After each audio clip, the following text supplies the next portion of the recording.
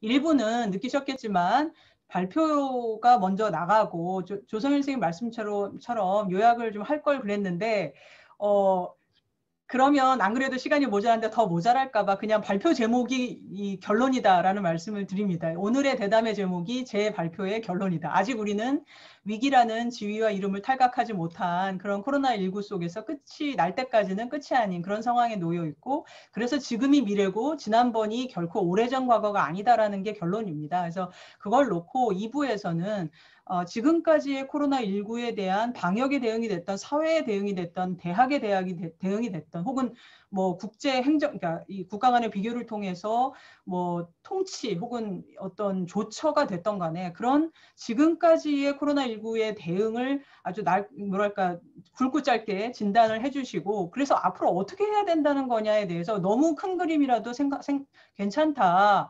굉장히 이상하게 들려도 괜찮다, 그러니 어떤 좀 방향성을 주시면 어떻겠느냐라고 대담해 주시는 선생님들께 요청을 드렸습니다. 슬라이드에 제가 대담을 위해서 마련했던 사전 질문도 있을 것입니다. 보실 수 있을 테고, 이제부터 네 분의 선생님을 모시겠습니다. 제일 첫 번째로는 고길곤 행정대학원 교수님을 모셔보겠습니다. 선생님. 네, 감사합니다. 정말 어려운 또 모임을 만드셨네요. 대단하십니다. 그리고 또 이런 그 공간을 마련해서 같이 의견을 공유할 수 있는 것도 참 어떻게 보면 코로나가 저희들에게 준 기회가 아닐까 생각입니다. 화면에 잠깐 보여드리는 것은 이제 저희 서울대 아시아 리저널 인포메이션 센터에서 이제 하고 있는 작업인데요. 저희가 이제 한국의 코로나 상황과 같은 것들을 이제 대시보드로 해서 계속 이제 살펴보고 전 세계 데이터들도 사실은 통합해가지고 제공을 하고 있습니다. 그래서 여기 이제 코로나19에 있는 그 데이터들을 보면 단순하게 코로나 데이터 말고도 사실 이제 각국의 정치, 경제, 사회, 문화에 관련돼 있는 그런 데이터들도 다 몰지가 돼 있습니다. 그리고 매일 업데이트가 되니까 여러분들이 좀 보시면 좋을 것 같고요. 제가 이제 이거 말씀드리고 싶은 거는 이제 이 현상입니다. 사실은 이제 여기인데요. 이게 뭐냐면 이제 중증 환자들의 추세입니다. 중증 환자의 추세를 보면 이제 12월 말부터 1월까지 이렇게 중증 환자가 있죠. 결국 한국에서 이제 제일 큰 문제가 바로 여기서 이제 일어났던 건데요. 이 중증 환자의 추세가 왜 이제 문제냐면 바로 여기 이제 사망자 숫자입니다. 그러니까 우리가 이제 그렇게 심했다라고 했던 2월 말, 그 다음에 좀 어느 정도 심했다라고 하는 2차 웨이브의 8월, 이때하고는 비교할 수 없는 사망자가 이때 발생한 겁니다. 이거는 뭐냐면 결국 우리나라의 러닝이 안 됐다라고 할 정도로 우리가 좀 안일하기도 했고, 당시에 얼마나 메디컬 서비스에서의 스트레스가 강했는지 그거를 잘 보여주고, 또 그럼에도 불구하고 우리나라 국민들이 얼마나 어려움 속에도 잘 대처를 했는지 절대적 규모들을 보면 그렇게 선진국가가 크진 않거든요. 그래서 이런 모든 메시지가 사실 이제 종합적으로 이제 등장을 합니다. 그리고 이제 밑에 이제 여러 가지 심화적인 얘기들이 있는데요. 남자가 많이 걸린다, 젊은 애들 때문에 이 코로나가 확산된다, 수많은 미신들이 있는데, 그런 미신들은 사실 데이터를 통해서 보면 잘못된 경우들이 너무 많습니다. 그래서 시간이 되실 때마다 한 번씩 들어오셔가지고 우리나라의 상황이나 이런 것들을 좀 보시면 좋겠고요. 그리고 이게 이제 제가 오늘 말씀드리고자 하는 핵심은 아니지만 굉장히 중요한 몇 가지 포인트들과 연결이 되어 있습니다. 그러면 그걸 먼저 이제 말씀을 드리도록 하겠습니다. 첫 번째 제 말씀의 핵심은 이제 코로나와 정치입니다.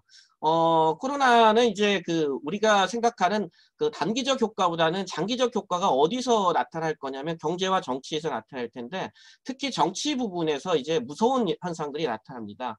이게 역설적인데요. 국가 권력에 대한 실망들, 특히 유럽이나 미국과 같은 데에서 이 국가 권력에 대한 무능함에 대한 실망들이 이제 한쪽에 상존합니다. 그런데 다른 쪽에 또 상존하고 있는 건 뭐냐면 그것에 대한 해결책을 국가로부터 찾는다는 겁니다. 그래서 강력한 국가가 필요하다라는 것을 레슨은 교훈으로 생각하는 이런 아이러니가 이제 생기게 된다. 이것이 이제 같이 결합되면서 이제 결국에는 백신 민족주의까지로 확대가지고 그것이 결국 국제 협력까지도 악화시키는, 결국 이 코로나와 정치에 있어서 우리가 기존에 몇십 년 동안 2차 세계대전 이후에 우리가 발전시키려고 했던 자유주의적 질서라든지 민주주의적 질서가 상당히 왜곡되는 현상들을 왜곡되는 현상들이 나타날 것이다. 있다. 그리고 우리가 이것을 굉장히 경계를 해야 되는데 우리는 이것을 굉장히 경계하지 못하고 자연스럽게 받아들이고 있다. 뭐 대표적인 예는 우리가 단 한 번도 심각하게 과연 도시 폐쇄나 또는 공항의 폐쇄, 국경의 봉쇄가 얼마나 심각한 문제, 얼마나 효과적인가 이런 걸 별로 고민을 하지 않고 있거든요. 정치적으로 얼마나 무서운 정책인가 이런 고민들을 별로 하고 있지 않습니다. 이제 이게 나중에 다른 형태의 팬데믹이 발생했을 때 더 심각한 수준의 어떻게 보면 국가 주도의 국가주의적인 어떤 정책이 발생할 가능성이 크다. 그래서 이게 한 번 정도는 우리가 지금 했던 국가 중심의 사고가 얼마나 위험한 건지에 대한 것을 역설적으로 다시 한번 생각해 볼 필요가 있다. 두 번째는 위험에 대한 비이성적인 판단입니다. 원래 이제 이런 전쟁 상황이나 이런 팬데믹 상황이 발생하면 제일 먼저 나타나는 키워드들 중에 하나가 이제 우리는 이제 이 전염병과 전쟁에서 승리해야 된다 이런 아주 극단적인 상황으로 몰아나가고 그럼에 따라서 이제 위험에 대한 인식을 합리적, 이성적으로 하지 못하게 만드는 상황이 만들어집니다. 그래서 이제 제로 리스크, 위험이 거의 없는 상황까지 가야 된다라는 극단적으로 몰고 가거나 또는 이제 치명률이 사실 0에 가까운 우리나라 같은 경우 20대와 30대들 이런 사람들에 대해서 이동권을 제한하는 문제에 관해서 이게 과학적으로 과연 우리가 정당화할 수 있겠는가 이런 질문조차도 야, 너 지금 정신이 있냐? 지금 이렇게 심각한 상황에서 20대, 30대가 치명률이 낮다라고 해서 이렇게 함부로 그 사람들에게 이동권을 보장하는 게 맞겠냐? 또는 지방 같은 경우도 보면 특정 지역 같은 경우는 거의 코로나 감염률이 낮은데도 불구하고 똑같이 이제 치명률이 높은 또는 감염률이 높은 지역과 동일한 정책을 취하게 만드는 이런 식, 즉 다양한 과학적 사고들을 이제 억누르고 있는 이제 그런 현상들이 나타난다. 이게 바로 이제 위험에 대한 합리적이고 이성적 판단을 제거하고 정치적이나 어떻게 보면 사람들이 생각하는 매스들의 띵킹, 대중들의 사고들의 어떻게 보면 판단을 의존하게 만드는 이제 문제를 만든다. 그래서 우리가 한번 이런 것들을 고민을 진짜 해볼 필요가 있다. 농담같이 제가 그러거든요. 의학 쪽 하시는 분들에게 한번 야외에서 마스크를 쓸 때와 쓰지 않을 때의 비용 계산을 해본 적이 있습니까? 저는 그것에 따른 환경오염이나 이런 거에 따라서 발생하는 사망자 숫자하고 비교해보면 오히려 저는 오히려 마스크를 착용하는 게 지구의 생태계나 인간의 건강에도 나쁠 것 같은데 누가 그걸 좀 계산한 적이 있습니까? 라고 해보면 그런 계산을 제가 본 적이 별로 없는 것 같다라는 겁니다. 자, 세 번째는 이제 정책 대상을 특정하기 어렵다라는 건데요. 이게 평균 중심의 사고가 너무 강해졌다라는 겁니다. 유명순 교수님의 논문도 보면 사람들의 생각들이 굉장히 다양합니다. 위험에 대한 태도도 다양하고요. 이게 그래서 평균 점은 몇 점일지 3.5점이 나올지 모르겠지만 왼쪽에 2점도 있고 오른쪽에 5점도 있는 상황인 겁니다. 그래서 특정 평균을 중심으로 정책을 만들었다고 하더라도 소외되고 있는 사람들이 굉장히 많다라는 겁니다. 따라서 이 정책 대상을 평균 중심으로 하지 않고 다양한 그룹별로 우리가 타겟팅을 해가지고 정책을 만들어야 되는데 이 국가주의적 경향에서는 그런 여유가 없다라는 겁니다. 그러다 보니까 우리가 사실 정책 대상 중에서 고려하지 못하는 사람들이 너무 많다라는 겁니다. 특히 우리가 단 한 번이라도 초등학교 1학년들이 가지고 있는 엄청난 스트레스 또는 대학교 1학년 애들이 가지고 있는 스트레스에 대해서 우리가 재난지원금 주는 것만큼 고민을 해본 적이 있냐 이거죠. 극단적인 예로 이번에 결과가 나올 텐데 서울대에서 학생 만족도 조사를 했습니다. 신입생들이 대학생활 적응도의 만족도 점수가 몇 점이 나왔냐면 놀랍게도 3.0 몇 점, 3.0대가 나왔습니다. 보통의 3.7, 3.8이 나오는데 그 정도의 만족도가 나오는 대학교 1학년에 대해서 얼마나 많은 사람들이 관심을 가졌냐 이거죠. 우리는 어떻게 보면 돈에 대한 얘기들은 그렇게 많이 하고, 그 다음에 백신에 대한 얘기는 많이 했지만, 이처럼 이제 정책 대상이 굉장히 다양함에도 불구하고 우리는 관심을 갖고 있지 못하다. 그 다음에 정책 수단에 대한 또 맹신들입니다. 처음에는 이제 마스크가 이제 솔루션이었고, 지금은 백신이 솔루션입니다. 그러나 저는 백신이 나온다고 해서 이 문제가 끝나지는 않을 거라고 생각합니다. 왜냐? 치료제가 나오지 않는 이상은 힘들거든요. 결국에는 방역의 노력과 백신, 그 다음에 치료제라고 하는 이 삼박자가 잘 맞춰져야 뭐가 될 텐데, 지금은 다 또 백신 얘기만 하고 있는 겁니다. 좀 얼마 지나시면 이제 아마 또 치료제 얘기가 나오겠죠. 그런데 이렇게 우리가 정책 수단이 굉장히 다양하고 복잡하다는 현상을 잊어버리고 하나가 문제가 풀 수 있다라는 사고가 되는 거. 이것이 이제 사실은 우리가 코로나 시대를 살아가면서 우리의 이성적 사고들이 상당히 지금 패러라이즈돼 있다, 마비돼 있다, 이런 생각을 이제 한다는 겁니다. 그다음에 이제 그 백신보다는 사실 의료시설 이제 그 수준의 개선 문제인데 이 그 12월 달, 1월 달에 그 많은 사망자가 발생했을 때 그것을 좀 교훈으로 삼고 그걸 개선을 할 생각을 해야 되는데 이제 또 한 곱이 지났나 보다 하면서 의료 시스템의 개선이나 이런 논의들이 적극적으로 나오지 못하고 있다. 그다음에 이제 그 정책 수단 중에 좀 걱정해야 되는 게 뭐냐면 아마 웨어러블 디바이스가 지금 계속 발전하면서 이번에 하려고 했다가 아마 참았는데 아마 개인 수준에서 웨어러블 디바이스가 이제 다음에 팬데믹이 오면 모든 국민들에게 이걸 다 보급하겠다라는 얘기가 나올 겁니다. 뭐냐면 셀폰을 가지고 QR을 찍어가지고 하는 거고 비슷하게 결국 개인의 건강들을 다 체크해가지고 위험 인자가 높은 사람들을 찾아낼 것이다. 뭐 이런 이제 것이 나올 텐데 우리는 이것에 대한 이제 국가적 어떤 논의들이 이제 진행이 돼야 될 텐데 아마 그 멀스 다음에 나왔던 그 논의하고 비슷하게 아마 이런 개인의 정보들을 이제 좀 더 그 적극적인 방역에 쓰게 이제 쓰려고 하는 이제 시도들이 나올 겁니다. 그런 시도들이 있어서도 우리가 너무 그냥 자연스럽게 이 그 뭐 위험 때문에 그런 거니까 하자 이런 게 아니라 정말 이게 얼마나 무서운 사고인지 우리가 고민을 좀 해볼 필요가 있다. 그 다음에 정부 빈곤의 역설입니다. 그 코비드 19은 사람들은 뭐 정보화가 정말 ICT 기술이 정말 잘 이용된 거다라고 얘기를 하는데 저는 전혀 그렇게 생각하지 않습니다. 왜냐?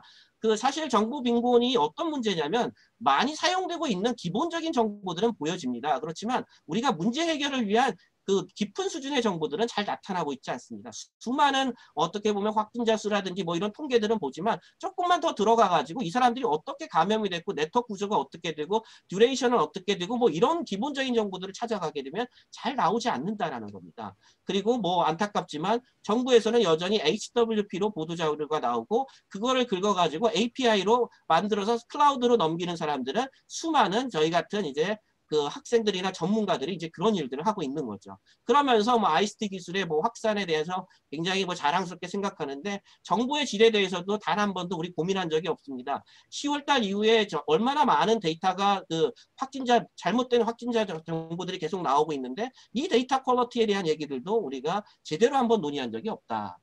그 다음에 이제 그 사후 추적 관리 시스템입니다. 우리는 과거를 보고 있지만 그런 확진자들이 퇴원을 했는데 치료를 받고 퇴원했는데 이분들이 어떻게 관리되고 있느냐? 제가 이번에 그 놀란 것 중에 하나가 이분들이 제대로 관리가 되고 있지 않다라는 거예요.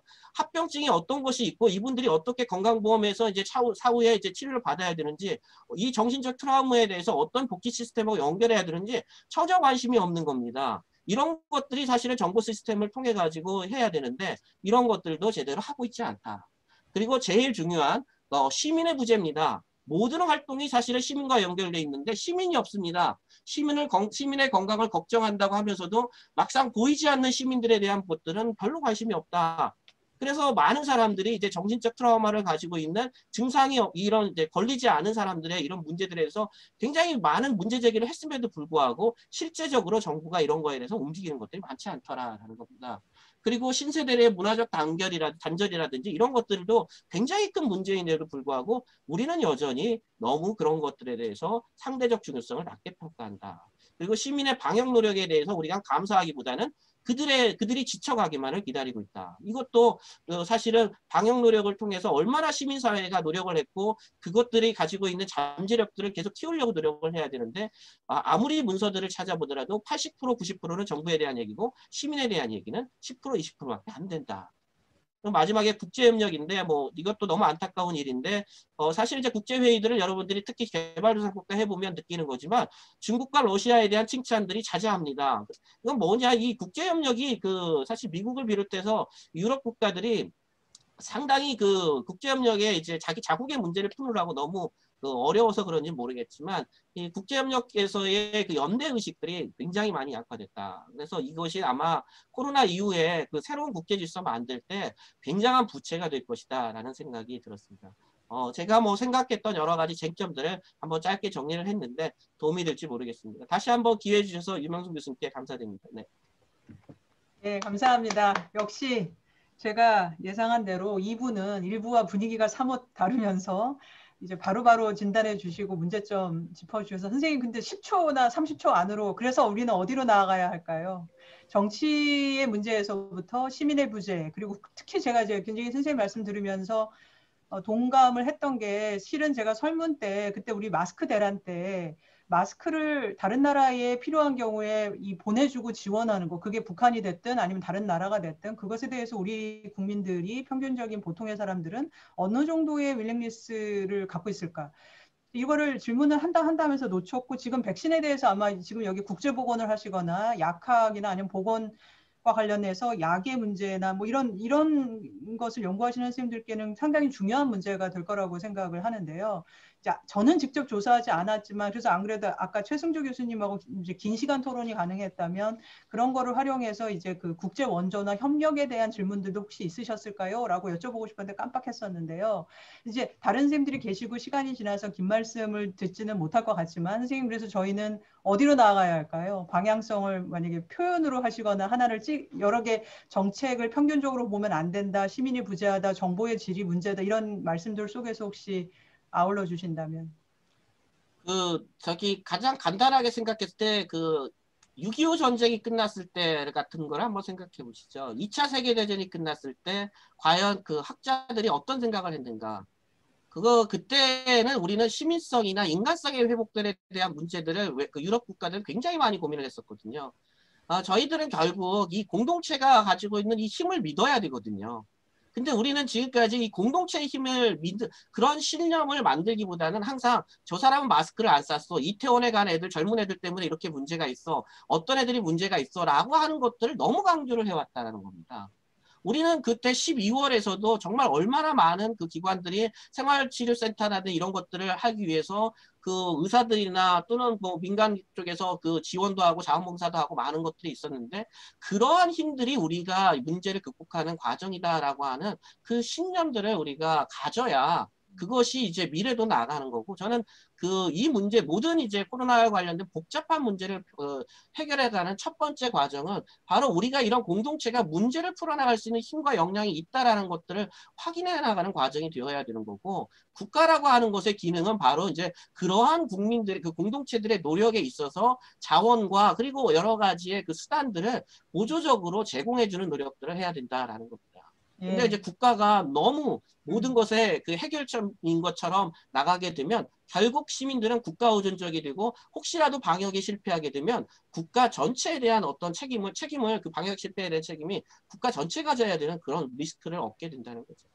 네. 예, 아유, 특히 제가 말씀 중에서 안 그래도 저도 하루하루 코로나 관련해서 제가 접하는 정보의 열중의 과반, 훨씬 이상이 정부 얘기이고 시민 얘기는 없다. 12월에 우리가 확진자가 줄어드는 결과는 했을지 몰라도 그걸 위해서 의료진과 병원계, 그리고 이제 이런 그 시민들과 지방과, 아니, 뭐죠? 중앙정부, 지방정부만이 아니라 지역이라고 하는 지역 공동체가 얼마나 많은 노력들을 했는가에 대한 정보는 너무나 빈약하다는 말씀에 전적으로 동의합니다. 말씀 주셔서 감사하고, 지금 채팅으로 질문이 하나 들어왔는데 선생님께서 답변을 채팅으로 좀 남겨주시기를 바라고, 저는 두 번째 대담자이신 이철주 교수님께로 넘어가 보겠습니다. 이철주 교수님 준비되셨나요? 예, 안녕하세요. 예, 방금 소개받은 언론정보학과 이철주라고 합니다. 제가 1부 때부터 지금 발표를 쭉 듣고 있는데 고길곤 교수님 발표를 들으니까 가슴이 먹먹하고 도대체 어떻게 해야 되나, 정말 전방위적으로 너무 문제가 많은 것 같아서 굉장히 무거운 마음으로 제가 발표를 들었고요. 저도 지금 좀 무거운 얘기를 또 해야 될 것 같습니다. 그리고 유명순 교수님께서 말씀하신 것처럼 그래서 어쩌란 말이냐라고 했을 때 참 이게 어려운 문제다라고 밖에 또 말씀을 못 드리겠다는 생각이 들어서 굉장히 지금 마음이 무거워졌는데, 일단 저는 10분의 시간이 주어졌기 때문에 한 4가지 정도로 오늘 말씀을 드리겠습니다.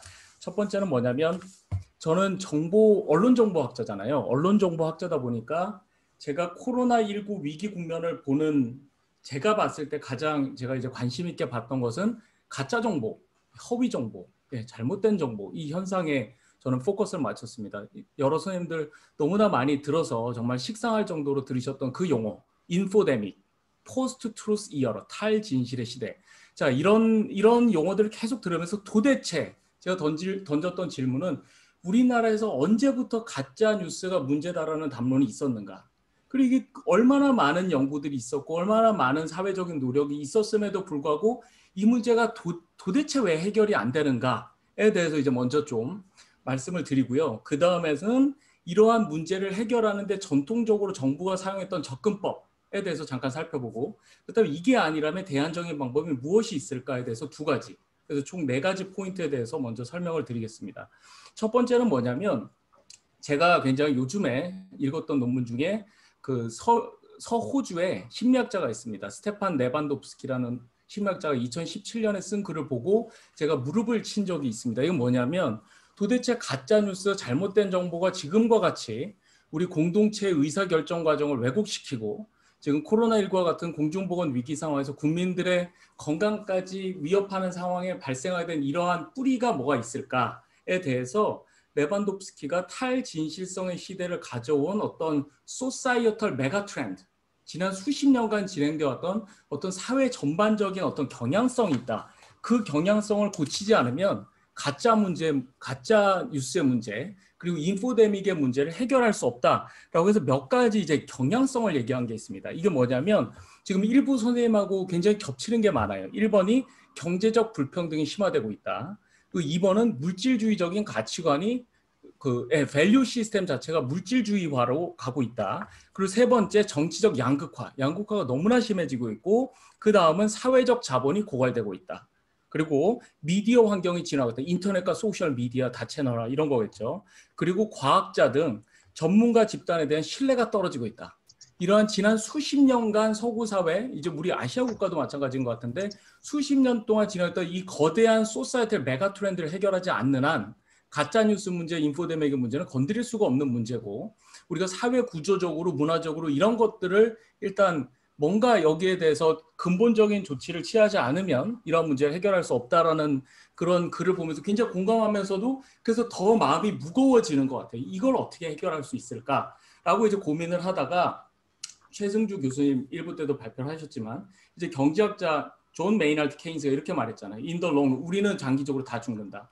그렇다면 숄텀에서 이제 뭔가 해야 될 텐데 장기적으로는 이런 문제에 관심을 기울이고 이런 구조적인 문화적인 차원의 접근을 통해서 사회를 바꾸는데 힘을 모아야 하겠지만 단기적으로는 무엇을 할 수 있을까에 대해서 자 이제 3가지를 제가 말씀드리겠습니다. 첫 번째 뭐냐면 자 이게 트래디셔널한 사이언스 커뮤니케이션 모델로 날리지 데피시트 모델이라는 게 있습니다. 이건 뭐냐면 국민들이 어떠한 이슈에 대해서 잘 모르면 이 무지한 국민들을 가르치면 된다. 교육시키면 된다. 어떻게? 인포메이션 캠페인이죠.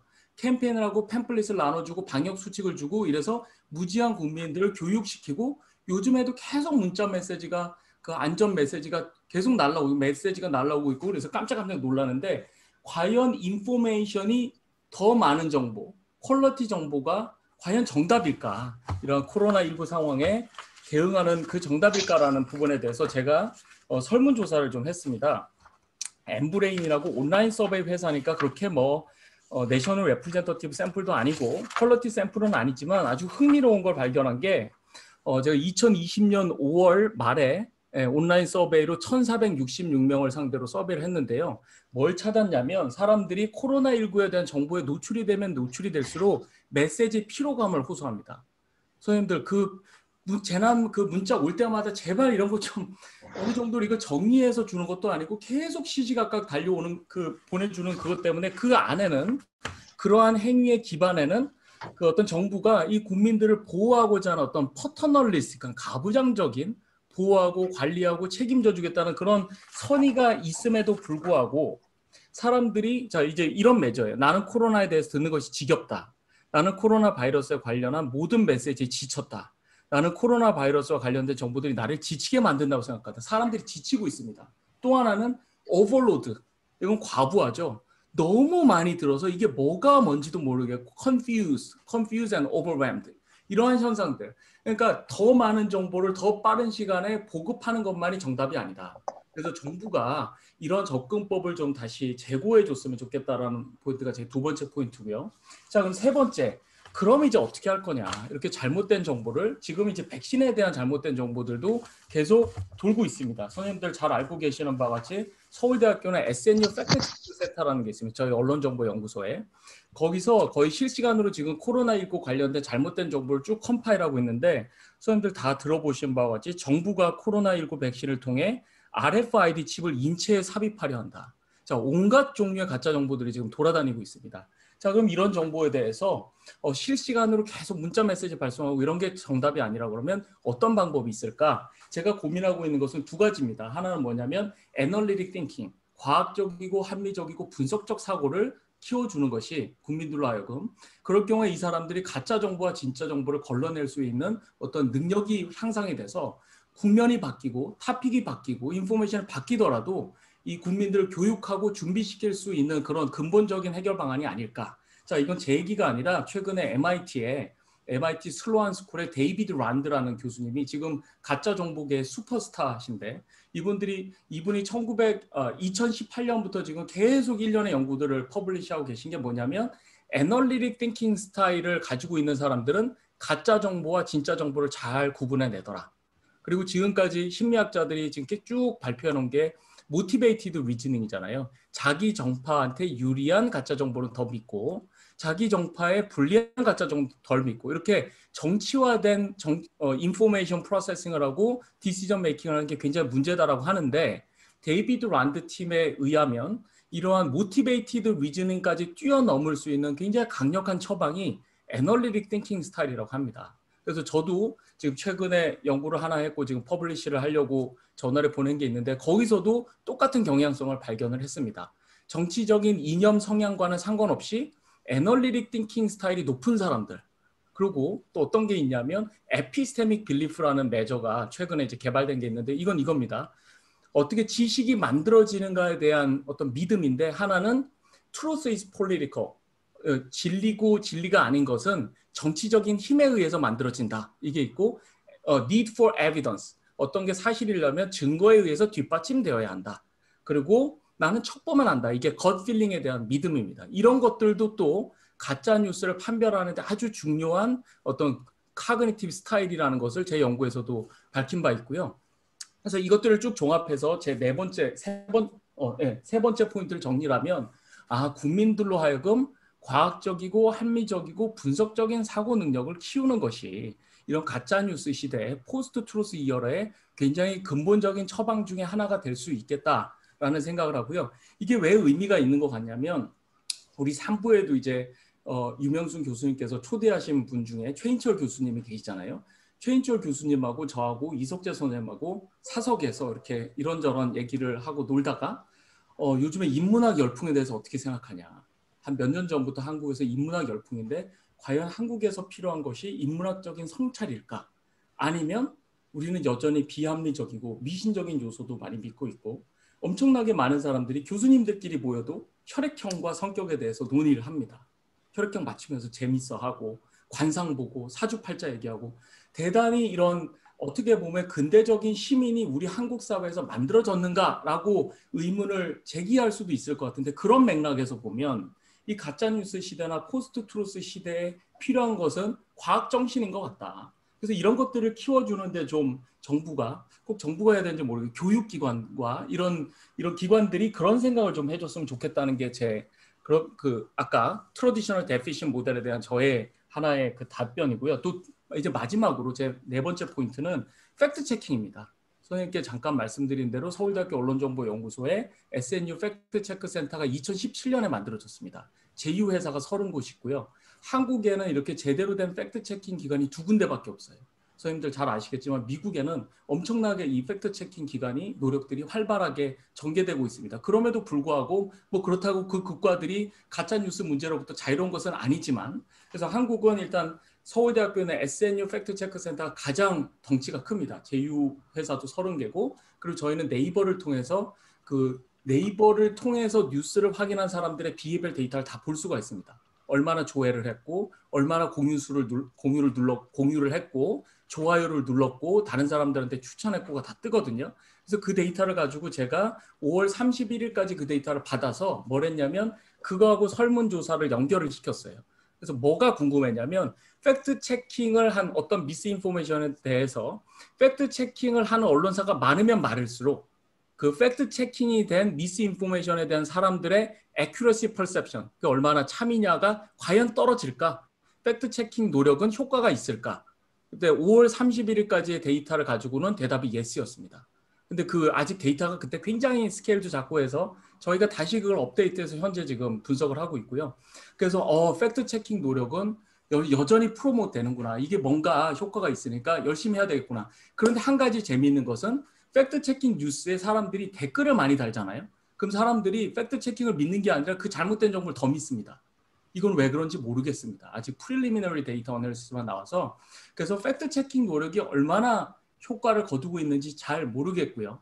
근데 일단 프리리미너리하게 많은 언론사들이 달려들어서 팩트 체킹 노력을 하니까 어느 정도 가짜 뉴스의 문제가 좀 완화되는 것 같다라는 그 추측 정도로 말씀을 드리면서 제 발표를 마치겠습니다. 그러니까 제가 다시 정리를 하면 이 가짜 뉴스의 문제는 엄청나게 뿌리가 깊다. 이거는 사회를 근본적으로 어떻게 손보지 않고는 아마 사라지지 않은 문제일 것 같다. 근데 단기적으로 말씀을 드리면 그냥 무조건 정보만 계속 나른다고 해서 해결되는 건 아니고 국민들의 과학적이고 합리적이고 분석적인 사고를 키워야 될 것 같고 언론사나 연구기관이 협업을 해서 열심히 팩트 체킹 노력을 해야 될 것 같다라는 정도로 말씀을 드리고 제 발표를 마치도록 하겠습니다. 예, 감사합니다. 네, 선생님 감사합니다. 아주 안 그래도 그 고길근 교수님 아까 맨 처음에 보여주신 것도 그렇고 이철주 교수님 보여주신 것도 그런데 제 조사에서 그래요. 식약처나 질병청의 백신 관련 정보를 알기 위해서 직접 가본 적 있냐? 뭐 10중에 몇 명이었죠? 80% 이상이었던 안 가본 거죠. 79%가 안 가봤나 보다. 이제 이게 그런 차원에서 저희 서울대학교의 이제 snu.ac.kr 제가 속해 있는 대학이라서 예를 들었는데요. 거기를 가면 맨 위에 이제 서울대는 코로나19에 대응하고 있습니다라고 하는 주홍빛 색깔 이 막대기가 있고 거기를 눌러서 들어가면 고길근 교수님께서 보여주신 그 사이트가 나와서 안내 한번 했고요. 이철주 교수님 말씀하신 경우도 서울대 언론정보학부에서도 뜨지만 그 서울대 전체 코로나 그 웹페이지에도 뜹니다. 그래서 가 봐주시기를 안내를 한번 드렸고요. 저도 이철주 교수님 말씀에 전적으로 동감하고 저희들의 조사에서도 그러니까 그 코로나 보기 1차에 들어가 있지 않아서 언급은 안 했습니다만 코로나19 과정에서 팩트체크가 도움이 되는가에 대한 지지의 정도가 꽤 높은 수준이었습니다. 그래서 그런 식으로 선생님처럼 객관적인 데이터 연동을 통한 실증 분석의 자료는 아니지만 사람들은 이전 메르스 대비 코로나 때에 팩트체크를 해주는 것이 유익하다라고 하는 믿음과 경험치가 올라가고 있다는 점에서 배를 같이 하는 것 같고요.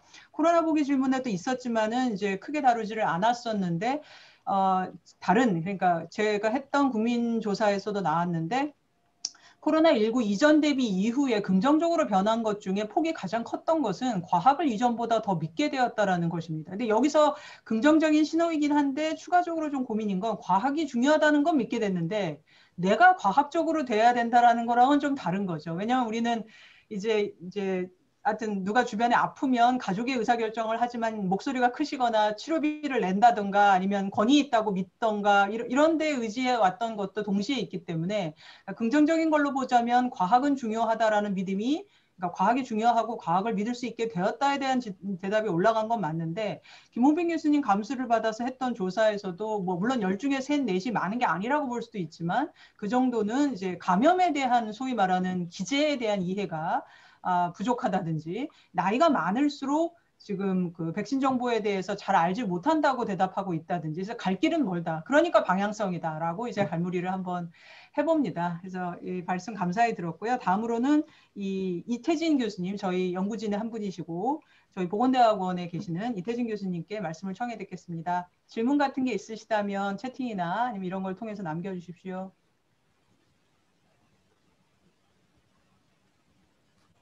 네, 안녕하십니까. 보건대학원 이태진입니다. 그 유명승 교수님과 함께 이 연구에 참여했던 일원으로서 앞으로 우리 사회가 코로나19와 같은 또 팬데믹이 다시 올 때 어떻게 해야 될 것인가에 대해서 조금 생각을 해보겠습니다.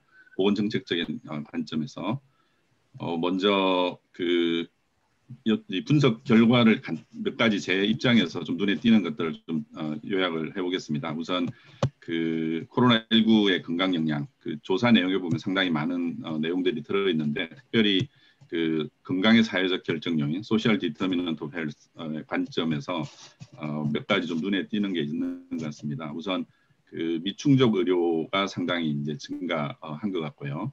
그러니까 이제 건강의 영향 요인 중에 의료 시스템, 의료를 필요할 때 의료를 이용해야 되는데 그것을 잘 이용하지 못하는 부분, 그 다음에 이제 우리 라이프 스타일도 상당히 중요한데 잘 아시는 것처럼 지금 이제 신체 활동이 감소하고 50% 이상. 그 다음에 이제 체중이 증가하는. 저도 유병순 교수님도 고백하셨지만 저도 여기에 속하는 상황이고요. 그 다음에 이제 사회 경제적 환경으로서 어떤 그 일자리 고용의 문제죠.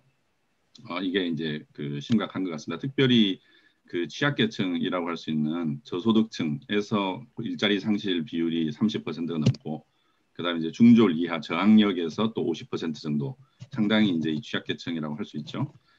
그다음에 이제 소득이 많이 감소를 했습니다.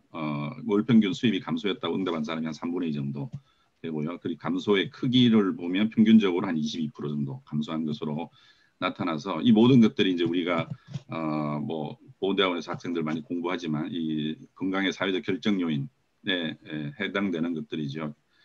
보니까 이제 그 조사 그 시점에 따라서 이렇게 관찰해 보니 시간이 경과함에 따라서 이런 그 영향들이 특별히 취약계층에 더 심하게 나타나는 것들이 또 관찰이 되는 것 같습니다. 그렇기 때문에 앞으로 소위 건강 불평등의 문제가 더 심화되지 않을까 충분히 우리가 예상할 수 있는 문제이고, 특히 이제 보건대학원 보건정책을 공부하는 입장에서는 이 문제에 대해서 관심을 많이 가져야 되겠다라는 생각을 합니다.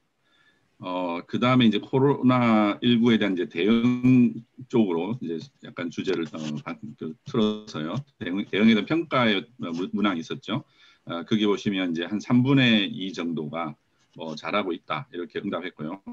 그 질문에 보면 이제 밑에 그림에도 있습니다만 그 외국과 비교할 때라는 어떤 조건을 제시하면 조금 더 올라가서 우리가 한 4분의 3 정도가 긍정적으로 평가를 하고 있는 것 같습니다.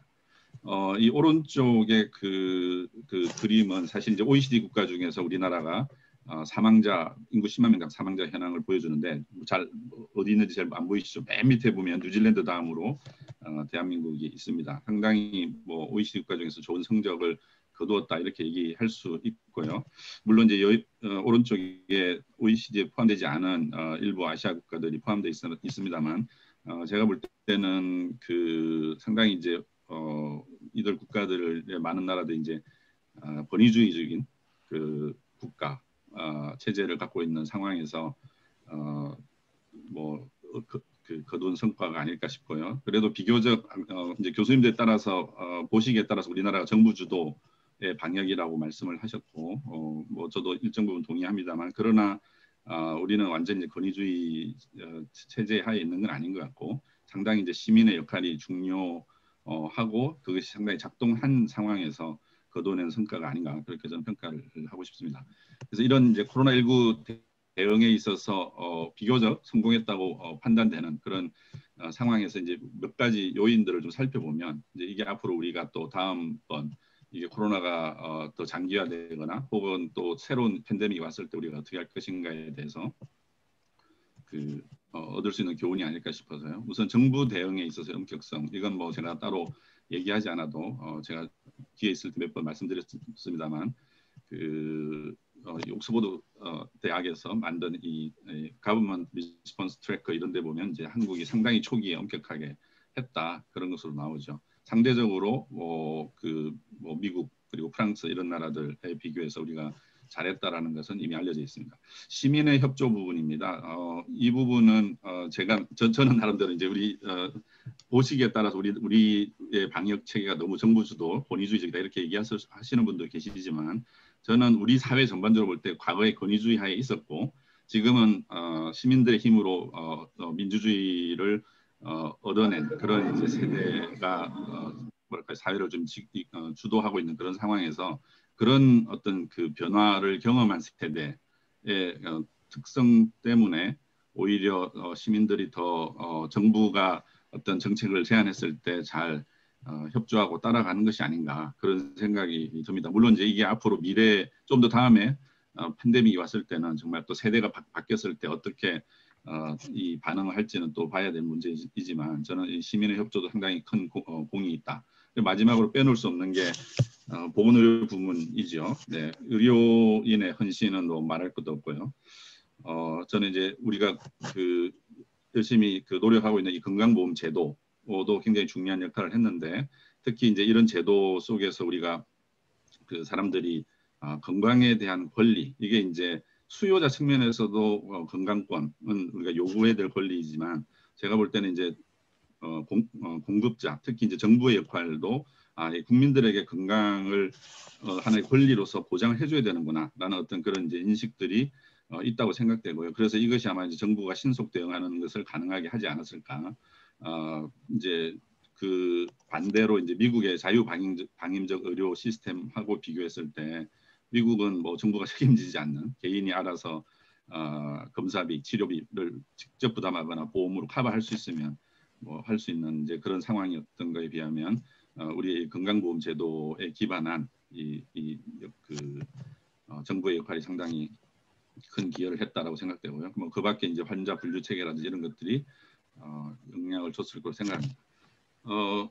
이런 이제 아직 다 끝나진 않았지만 끝에 끄다라고 그러나요? 끝에 끄다지만 코로나19 대응 지금까지 경험으로부터 우리가 뭔가 레슨을 좀 이제 보건의료 정책의 관점에서 몇 가지 뽑아본다면 결국 앞으로 또 이런 새로운 팬데믹이 올 때 뭐 사실 저는 잘 몰랐습니다. 이번 지금 뭐 제 생에 처음 겪는 거니까 이런 소셜 디스턴싱, 사회적 거리두기를 강화하고 완화하고 이걸 반복함으로써 환자 발생을 조절하는 것이 굉장히 중요하구나라는 것을 이제 우리가 경험을 통해서 배우는 거죠.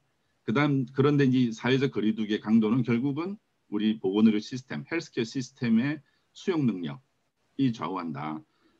지난번 우리가 3차 유행을 앞두고 결국 우리가 정부가 막 했던 게 보면은 공공병원에 좀 덜 중한 환자들을 다른 곳으로 옮기고 이렇게 막 하는 그런 조치들을 취했지 않습니까? 결국은 이게 환자 발생이 막 늘어났을 때, 특히 중증 환자가 늘었을 때 우리 시스템이 얼마나 그들을 수용할 수 있느냐, 이게 이제 굉장히 중요한 거고, 그 수용 능력이 크다면 거리두기도 좀 완화하면서 우리가 이 사회를 유지해 나갈 수 있는 거죠.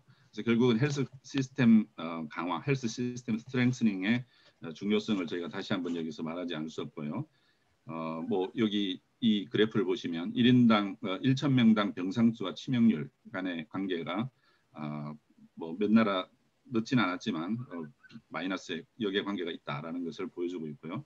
또 이번 지금까지 경험을 통해서 지금 이 시점에서 우리가 또 생각해 보는 것은 백신 확보가 중요하구나. 우리가 초기에 방역에 굉장히 신경을 써서 확진자를 줄이는 거가 굉장히 중요하다고 생각을 했는데 그건 맞는데요. 그게 틀린 게 아니지만 여기 이제 제가 방역 성공의 역설이라고 한 게 뭐냐면 확진자가 적다 보니 지금 미국 같은 나라는 사실은 초기에 굉장히 뭐 실패한 것처럼 보이는데 이 집단 면역의 관점에서 보면 이 지금 제로 베이스가 아니고 이미 한 20% 이상 국민들이 확진이 된 상황에서 하니까 우리보다 훨씬 이 뭡니까 집단 면역에 있어서는 앞서가는 상황이 돼 버린 거죠. 그러니까 이제 이런 측면에서 지금 우리는 어떻게 보면 집단 면역을 확보한다는 관점에서는 상당히 이제 후발주자가 되어버린 상황입니다. 그래서 방역도 잘해야 되지만 백신 확보도 중요하구나라는 것을 저희가 이제 교훈으로 배울 수 있다고 생각되고요. 그런 관점에서 이제 앞으로 팬데믹이 또 올 때 우리가 어떻게 할 것인가 보건 정책의 관점에서 이미 뭐 제가 말씀드린 데서 답이 어느 정도 나오죠. 공공의료를 더 확충하는 것이 필요한데 사실은 이제 영국이라든지 이태리라든지 이런 나라들이 NHS 하면서 공공의료가 뭐 잘 돼 있다 우리가 NHS 많이 항상 또 배웠던 나라들이잖아요. 근데 이런 나라들이 결과적으로 왜 그렇게 초기에 많은 치명률이 높을 수밖에 없었냐, 사망자가 많았냐. 결국은 이 유럽 금융위기 이후에 공공 재정에 대한 그 긴축, 재정 긴축으로 인해서 그 병상이 줄어드는 그런 이제 상황이었고 환자는 급증하는데 그걸 결국 다시 헬스케어 시스템이 수용할 수 없는 그런 상황이었던 거죠. 결국 우리가 앞으로의 팬데믹을 대응한다면 공공의료를 확충해서 결과적으로 그 새로운 팬데믹이 오더라도 우리가 그것을 충분히 커버할 수 있어야 되겠다. 그런데 이제 아이러니하게 올해 공공병원 신축 예산이 하나도 잡히지 않는 것에 대해서 이번에 좀 심각하게 생각해야 될 문제인 것 같고요. 또 민간의료와 협력 체계, 공공의료가 다 할 수 없으니까 적절한 협력 체계를 구축하고 또 그것을 우리가 그냥 공짜로 할 수 없기 때문에 보상 시스템을 적절히 할 수 있는 그런 방법들을 이제 연구를 해야 되지 않을까 싶고요.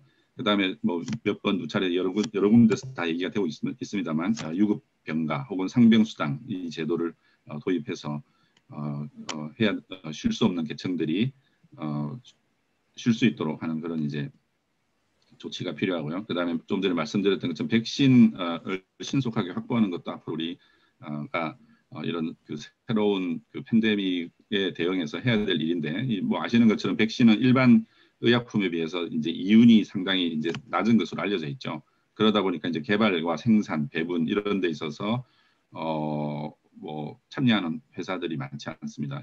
소수가 참여하는데, 그렇기 때문에 이제 정부가 이 부분에 일정 부분 지원을 하거나 아니면 국가의 역할, 국가가 뭔가 생산을 하거나 배분하는데 일정 부분 그 역할을 할 필요가 있겠다는 생각이 들고요. 또 하나 마지막으로는 우리가 이제 요즘 백신 민족주의 이런 얘기 많이 하는데, 우리만 백신을 확보하는 것으로 끝나는 게 아니라 우리가 빨리 확보를, 그러니까 뭐 생산하고 능력이 갖춰진다면 결국은 다른 우리가 ODA 많이 하잖아요. 보건 분야에서도 결국은 이런 그 어려운 나라들에 같이 함께 이 코로나 팬데믹을 극복하는데 도움이 되지 않을까, 그런 생각을 해봤습니다. 네, 이런 뭐 정도로 간단히 제 토론을 마치겠습니다.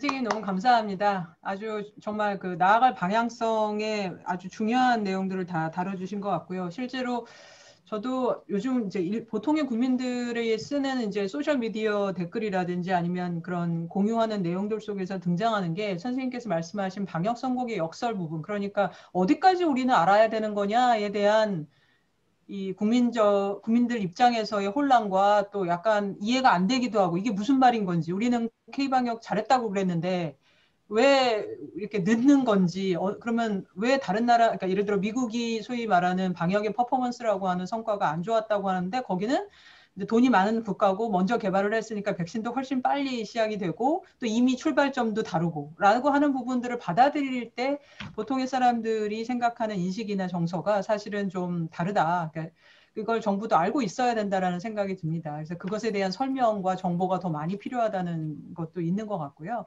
그리고 조사에서도 보면 백신 접종 의향이나 백신과 관련된 정부의 추진 계획에 대한 신뢰도나 이런 입장은 양호한 수준이지만, 전체적으로 볼 때 백신의 이 개발이 늦고 그리고 배분이 왠지 공정하지 않을 것 같고, 또 허가와 특히 이제 이 백신에 대한 허가나 승인에 대한 엄격성에 대한 것도 약간 애매하다라는 입장이 한 30%에서 좀 넘는 이런 부분들이 있는 점들을 어떻게 해석할 수 있을까를 추가 조사나 연구를 통해서도 이해할 필요가 있다는 생각을 해봤습니다. 선생님 말씀들이 사실 이 청중들 중에 상당수는 보건학과 보건대학원 학생 또는 연구자분들이실 수 있어서 이제 이해가 더 잘 되실 수도 있지만, 저는 최근에 이제 행정대학원 학생들이 논문을 쓰는 과정에서 코로나19를 다루려고 하는데 정책의 관점에서 좀 그 경험과 그리고 좀 공부가 필요한 것 같다 그러면서 문의가 오는 경우가 있었는데, 이런 자리들이 좀 많아짐으로써 어떤 것들을 공부하고 어떤 내용들을 들어야 할지에 대한 참고가 됐으면 하는 바람도 있었고, 근데 그걸 이 자리에서 조금쯤이나마 이제 공유를 해본 것 같아서 고맙다는 말씀을 한 번 더 드립니다. 이제 제가 정말 꼭 모시고 싶었던 선생님 중에 한 분이시죠. 이희영 선생님께서 정말 코로나19 1년 동안 너무, 원래도 일을 많이 하시지만 정말 너무 많이 일을 하셨어요. 그래서 이번에 정말 그동안의 1년의 우리의 대응에 대해서 현장에 바로 그 일상을 살아오셨기 때문에 의견을 주실 수 있으시고 진단해 주실 것이라 생각하고, 앞으로에 대한 우리들이 나아갈 바에 대한 말씀을 주시기를 바랍니다. 모시도록 하겠습니다. 선생님. 예, 소개 감사합니다. 이영입니다. 앞에서 워낙 많이 교수님들께서 뭐 좋은 아카데믹한 얘기를 많이 해주셔서 그런 부분은 좀 빼고 유민수 교수님 그 결과에 대한 코멘트도 저는 좀 시작하고요.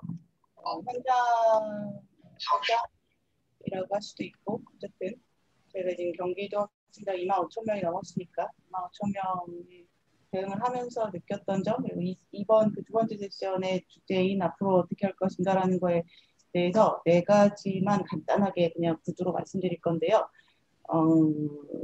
마지막 한 가지는 다음 세션으로 넘기기 때문에 3가지만 말씀드리겠습니다. 첫 번째는 왜 선제적으로 대응을 하지 않을까요? 대응과 투자를 하지 않을까요?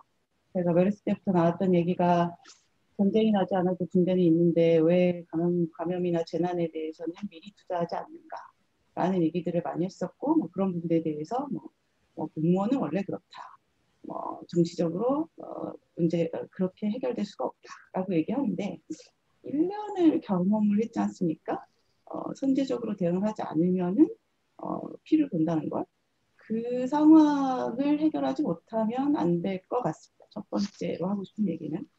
두 번째는 저희가 이제 대응 역량이라는 걸 고민할 때 뭐 다음에서도 그 얘기가 좀 나오겠지만 언제까지 이런 식으로 인력을 갈아 넣어서 대응할 것인가.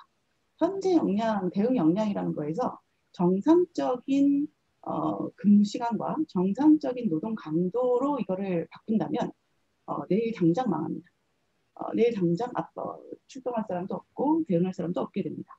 1년간 그렇게 지나왔기 때문에 현재 앞으로의 최소 1, 2년을 대응하는 데 있어서 이 인력을 갈아 넣어서 대응하는 것에 대한 근본적인 좀 문제 제기와 변화가 있지 않으면 안 될 거라는 생각을 하게 됩니다. 세 번째는 그 코로나가 굉장히 똑똑한 녀석이어서 그 한국 사회 내지는 뭐 전 세계 모든 곳곳에서 어느 곳이 취약한지를 귀신같이 알고 찾아갑니다. 우리보다 매우 빠르게, 우리의 예상보다 빠르게.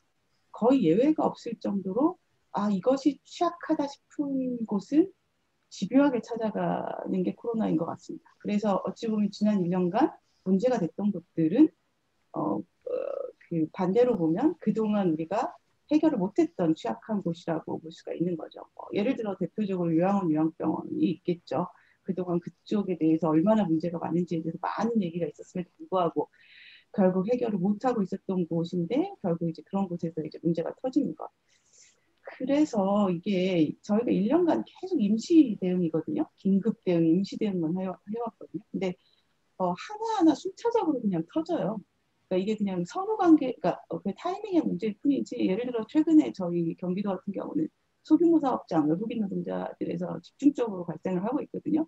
다들 알고 있는 문제죠. 그분들이 코로나 1년에도 아무런 지원과 지지를 받지 못하고 실제 취약하고 취약이라는 걸 알고 있음에도 불구하고 아무런 대책을 안 세웠기 때문에 결국 일어난 일이라고 생각을 하고요. 그런 거에 대해서 늦었다고 생각할 때가 늦은 건 맞죠. 근데 이제 지금이라도 시작을 해야 되기 때문에 그런 부분에 대해서 전 분야에서 적극적인 대응을 하지 않으면 안 된다라는 생각이 듭니다.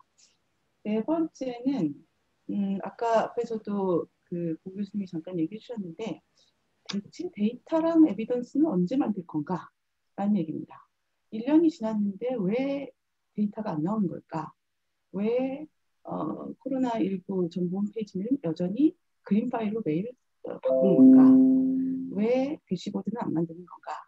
우리가 IT 기술이 없어서인가? 돈이 없어서인가? 뭐 이런 생각이 들면서 데이터와 근거를 만드는 것도 것이 이렇게 늦어지는 거는 뭔가 대응 정책 전체 문제가 있지 않을까라는 생각이 듭니다. 이 네 번째 얘기는 아마 세 번째 세션에서 좀 더 얘기가 될 것 같아서 저는 그냥 언급으로만 넘어가겠습니다. 그래서 아까 윤호준 선생님이 그러면 이제 한마디로 방향성을 대응의 방향성을 뭐라고 해야 되냐라고 얘기했을 때 앞에 그 발표하신 거 들으면서 저도 한마디로 정리해야 되나라고 생각하면서 좀 고민해봤는데요. 한마디로 얘기를 하자면 정상적인 삶, 그러니까 우리가 이제 뉴노멀이라는 표현을 초반에 되게 많이 썼었죠. 요즘 별로 안 쓰는데 뉴노멀이라고 얘기를 하면 물론 지금 어떻게 노멀이 되겠습니까? 용어는 안 되지만 그러니까 1년이 지났는데 노멀에 가깝게 생활하는 사람과 완전히 피해가 큰 사람들이 되게 달라져 있죠. 그래서 사회 전체가 뉴노멀이 되기 위한 정상적인 삶을 위한 선제적인 투자를 주저하지 마라 라는 정책 방향을 제안하고 싶고 이런 선제적 투자를 주저하지 않는 것을 하기 위해서는 앞에서도 말씀하셨지만 결국 뭐 시민들의 목소리 내지는 전문가의 주장들 그리고 뭐 이런 것들이 정치적인 힘으로 압박이 되어야 이런 부분들이 가능할 거라고 생각합니다. 코로나19 관련된 많은 토론회나 뭐 발표들이 있는데 오늘 유 교수님이 이제 대담이라고 얘기를 해서 조금 더 디스커션 중심의 대담이 될 줄 알았는데 역시 이제 하실 말씀들이 많으셔서 그래서 어려운 것 같고요. 다음에 클럽하우스를 열어야겠네. 뭔가 좀 더 확실히 치고 받고 디스커션을 하는 자리가 좀 더 많았으면 좋겠어요. 네. 채팅 질문도 좋지만 그랬으면 좋겠습니다. 예, 이상입니다. 예, 선생님 감사합니다. 마지막 말씀까지 정말 좋은 말씀이십니다. 근데 그러니까 대담을 더 많이 늘려야 된다고 생각을 합니다. 게다가 줌으로 하는 세상에. 하지만 또 각 세션의 고요함이 저는 나름대로는 그래도 조금 살아나고 있다고 생각을 하고요. 게다가 이영 선생님께서 말씀하신 이제 선제적이라는 표현을 썼지만 사실은 임시거나 긴급으로 대응해 온 게 아니냐는 말에 와닿는 게 어느 정도 다른 많은 분들도 저만큼 있으시지 않으셨을까라는 생각이 듭니다. 그리고 뭐 책이나 교과서에서는 사람의 인지적인 한계나 아니면 이 위기 대응을 하는 체제의 한계나 뭐 아까 선생님께서는 공무원 세상이 그렇다라고도 하셨는데 그런 한계 때문에 미리 안다든지 미리 대응한다든지 알고도 아니까 대응을 할 수 있었지 않았느냐라든지 이런 문제가 쉽지 않은 것도 맞는 것 같기는 한데 그럼에도 불구하고 특히 두 번째 문제, 그러니까 영혼을 갈아놓고 신체를 갈아놓고 이거는 사실 지표로 글쎄 아시다시피 이제 이 코로나19 대응 역량들의 건강 상태가 이제 일반 국민들을 보통의 사람들을 대상으로 위험에 대한 인식 같은 것들은 전 세계 비교적 상대적으로는 빨리 될 수 있을지 몰라도 의료 역량들의 건강 상태를 국제적으로 비교하고 이런 노동의 환경을 비교하고 이런 것들은 또 과연 얼마나 선제적일 수 있을 것인가 그걸 우리나라에서 어느 정도나 집중해서 다루고 이 미래의 대응을 위해서 기반할 것인가 이 부분에 이르면 좀 고민이 저도 많아집니다. 그래서 이 네 가지 말씀 중에서 선제적이지 못하는 것을 극복하지 않는 한 우리에게 다음에 방향이 있느냐라는 말씀에 동의를 하면서도 가장 무서운 지점이 두 번째 그동안 우리 인력들이 코로나19를 대응해 왔던 인력들의 지금의 상황은 심각하다. 그래서 이 부분에 대해서 그 3번에서도 분명히 세 번째 세션에서도 얘기가 나올 거라고 생각을 하지만 대응 역량의 숫자를 늘리거나 아니면 자리를 만들어주는 정도로 생각한다면 그건 큰 오산일 거라고 보고 이태진 교수님께서도 거기에 이제 그 정책 과제에 몇 가지 제안을 해주시면서 시설이나 병원이라고 표현을 하셨지만 넓게 보면 사실 그 감염병 대응을 취약한 사람들이 받을 영향을 생각하면 국가가 책임을 지는 게 맞는데 이때 국가의 책임이라는 게 정부가 다 해라라는 의미가 아니라 국가라는 의미 속에는 공동체 책임과 사회적 연대라는 게 들어가 있는데 그걸 생각해 보면 지금 우리가 현실적으로 지금 우선순위화되고 있는 내용들을 보면 포스트 코로나 이야기 속에서 봉합이나 아니면 넘어가는 전략들이 더 있는 게 아니냐라는 걱정을 저는 좀 하고 있어서 끝날 때까지 끝이 아닌 게 정말 사실이라면 그걸 진짜라고 우리가 믿고 있다면 이 대목에서 할 얘기들을 해야 된다. 그 대목에서 이영 선생님께서 결국은 정치적인 거, 그러니까 이때의 정치가 시민 정치, 시민들의 목소리, 이번에 소상공인들이 그런 목소리를 내기까지도 아주 오래 걸렸던 것 같습니다. 이렇게 되면 내 이기주의나 이해가 되지 않을까라는 생각들을 우리가 한 번쯤은 해야 하지 않았을까. 근데 이제는 더 이상은 못 버티는 지점에 이르러서 사람들이 목소리를 내기 시작했는데 여전히 특정 계층이나 아니면 특정한 영업장 중심이어서 이게 시민화되고 시민 참여가 될 수 있는 그러니까 말로만 참여 방역 말고 진짜 시민 정치에 의한 방역 개선이나 아니면 제도나 체제의 변화에 대한 이야기를 할 수 있어야 되지 않느냐는 말씀으로 저는 들었습니다. 이런 이야기들을 이제 숫자나 자료를 가지고 이야기하는 것도 필요하지만 더 많은 대담을 통해서 확대를 해야 된다는 말씀에도 전적으로 동의하고요. 데이터 부분은 정말 좀 어떻게 해결이 돼야 되지 않을까. 이거는 정말 증거 기반으로 방역을 하고 증거 기반으로 사람을 더 배려하고 작업 환경을 개선하고 이러려면 자료와 이 근거가 마련이 돼야 되는데 이게 아직 이 수준인 건 진짜 좀 문제가 큰 것 같습니다. 이미 고길공 교수님도 말씀하셨고 다른 많은 선생님들이 말씀하셨지만 이 부분은 이따가라도 좀 채팅을 통해서라도 좀 더 의견이 있는 선생님들께 의견 부탁드리고 이영 선생님께서도 혹시 저희들에게 남겨주시고 싶은 말씀이 있으시다면 메모로 채팅으로 좀 부탁을 드리겠습니다. 자, 이렇게 해서 저희